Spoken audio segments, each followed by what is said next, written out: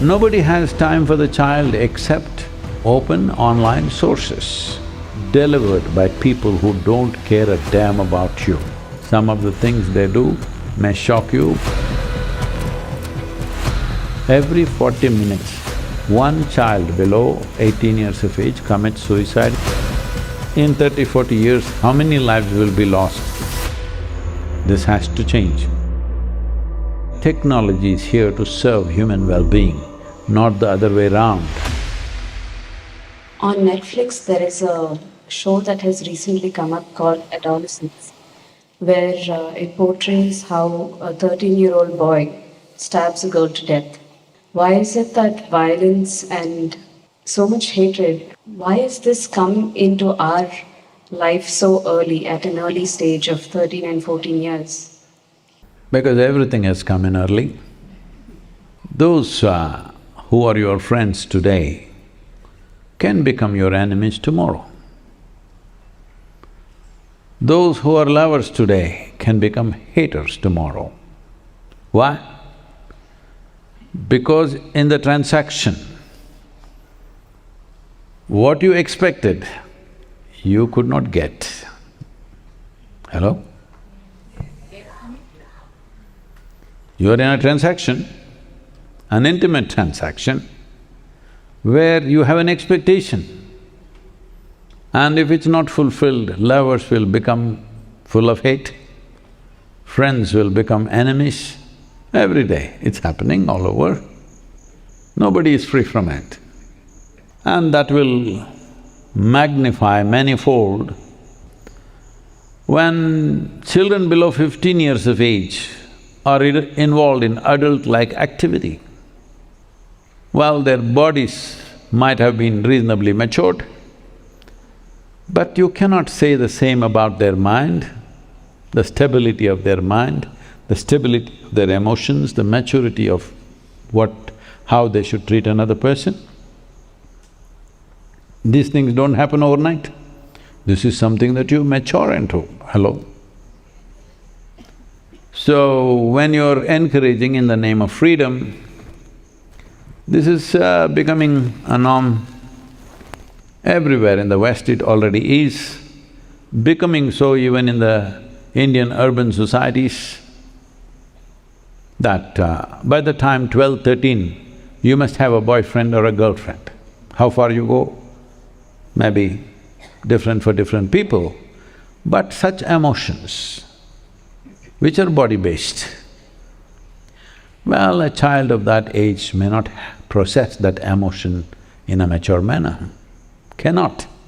It's not even fair to expect him to do that. Now he thinks, see, for a 13-year-old boy, when a girl comes close to him and bodies react, for him, she's his. This is how it is spoken, even in the stories and movies, everywhere it's spoken like that, she's mine. So if for some reason, if it is snatched from him, he will go ballistic in his own way. You're fortunate, much more is not happening for whatever reasons, there must be some wisdom in them. Otherwise, these emotions can drive people to such actions very easily. It's not something that people do not know. Everybody knows, every one of you at some point when you're disappointed in situations like that, want to destroy them kind of emotion might have come up in your minds. You didn't have the courage to do it. That boy doesn't have the control to stop it. So, we are encouraging things like this and also various other aspects. Above all, children are growing up without necessary parental attention. When I say 90% of what a human being is learned behavior, it's very important. There is some source from which they learn maximum. That usually is a parent or a guru or someone like that. If you go to school, The teacher is with you for 45 minutes and the next teacher comes and the next teacher comes. Very rarely you get any kind of connect with another person who could be your guide. Very few teachers are also interested in taking such a thing up because they don't have the time, they have to go to the next class and the next class. The parents have no time because daytime they have to work, evening they have to party. Nobody has time for the child except open online sources. And what is there? Well, anything could be there. There could be something very educational, there could be something very, very damaging, all kinds of things. But the important thing is delivered by people who don't care a damn about you. You are not in touch with people in some way who hold you in some kind of love. See, when I say, it's not about I love you, you love me, it's not about that, but it's about you being in love. You must understand, if I'm in love, there is space for you, and just anything. It is just not a prejudiced focus. If you are in love, anything that comes to you, it has space, not just you, all the creatures, the tree, the grasshopper, and just anybody, even inanimate things. When you are loving, you have a loving eye for everything that you see. Now, not even one connect like that for a growing up child, not even one connect where someone is looking at them lovingly and you, even if it's not said, you understand there's somebody here who loves you and cares for you.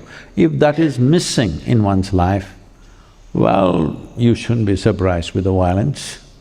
You shouldn't be surprised at all, because even a pup, if you get, I'm seeing here, right here with me, two little pugs. When they came, I had some time, I was here at that time and, I spoke to them, they were with me, very well behaved, nice, playful, everything. Now for months I've been off, they've lost human contact. Now like they're wild creatures, you can't control them, they're just all over the place. Best thing is to put them away somewhere, because you don't have the time to talk to them. I'm talking to most of you all the time what to do. Now suddenly they become like that. But in a dog, 90% is not learned behavior. Only a small percentage is learned behavior. But still, even with that you can see a stark difference. But with a human being, where 90% is learned behavior, if you leave them untended, unloved, then, well, you shouldn't be surprised at all with the results that you're bearing. And every 40 minutes, in India I'm saying, which is still generally well tended to in terms of children, it may not be an unideal situation like how psychologists say this is how you must speak to your son. Said, hey, vada inga, tama, vada. But even if they're rough, the children know they're cared for. That is still strong in this country, but it will go away because the whole fabric of society is changing. In the West, that's happened much, much earlier, 2-3 generations ago. What's happening today in India has happened 2-3 generations ago there. So you see it in a more stark form out there. But it's beginning to happen here also. Every 40 minutes, one child below 18 years of age commits suicide in India.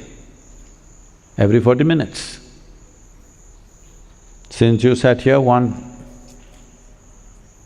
So, this is a reality with which we are living. So we must make up our minds. I know this is going to turn against me, troll army will get at me and everything. But as I've been continuously saying, a child is a 20-year project. If you are not ready for it, you don't need it. And a whole lot of people will pounce on me, even many political leaders are saying everybody should have more children and more children. The religious people are saying so, politicians are saying so, some of the social scientists are saying so, and all the market experts and industry people are saying so, because if there is no youthful population, what will we do with the industry tomorrow, all old people? All the best. All I'm saying is, if you were a tigress, I would say, please reproduce as many times as you can, because it's an endangered species. Human beings, are they endangered? Hello? We're nice, but we're just a bit too many. So, in 20th century, in the beginning of 20th century, we were 1.6 billion people.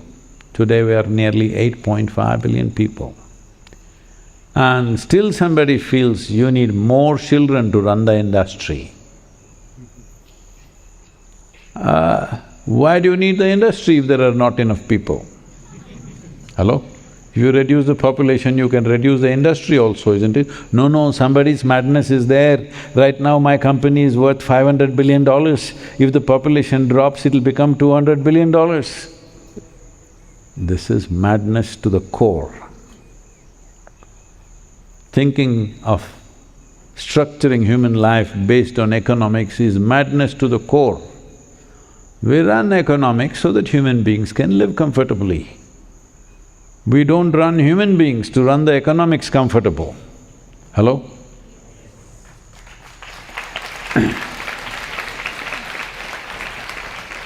So in this pursuit of making profit, in this pursuit of everybody should work, in this pursuit of all this, the next crop of human beings are getting a bad deal. They're not even attended to. So, they will do their own thing. Some of the things they do may shock you, may surprise you, may disgust you, but they will do it because you're leaving them untended. That's one important aspect. Another aspect is, we can put it this way, maybe let's say, in my father's generation of people, maybe 70% of influence upon them were their parents, and another 20% school maybe, another 5–10% friends and outside social contact. This would be the approximate percentage. In my generation, I shouldn't talk about myself, but my generation I'm talking. I don't belong to any generation because people are inviting me to under 25 conferences, so I don't So, in my generation, maybe that percentage receded, 40–50% is parental influence, then books, cinema, this, that became another 20–30%. Teachers, their influence reduced a bit. Maybe it became 10% from 15–20%, like this. In the current generation, parental influence, I mean it may vary from parent to parent, but I'm saying on an average, parental influence may be 10–15%. Grandparents' influence almost zero. It's become like that, because many of them don't even ever see them. And school influence may be 10–15%. Largely it is social media and online influence. I'm talking about the urban children. It's not yet so in rural parts of the country and in the world, fortunately, but it'll change. That'll also change very soon. So, largely the biggest influence is commercial forces who don't care a damn what happens to you. That's not a good care to be under. This has to change. I think Australia has taken a bold step. Below 16, I think, you cannot have a social media account or something like that. Is that correct? below 16. But you want to be a social media influencer by the time you're 12. How do you do that? So, this is a serious flux, our inability to understand that technology is here to serve human well-being, not the other way around, has led to this. We are like little children, excited about every little thing that comes our way and make that the whole thing about life. Something came, Facebook came, you could no more see anybody's faces, it was all on the book. Then that goes down and something else comes up. Like this, every little thing, just an app comes up and the whole world gets captured by that. So, this is very childish. I believe in another 25, 30, 40 years' time, people will mature and not be excited about every technological step that happens. People will choose what to use, not to use. I hope that maturity arises. I think it will, because human intelligence is something you can trust at some point. But in 30, 40 years, how much damage happens, how many lives will be lost, that is a terrible prospect.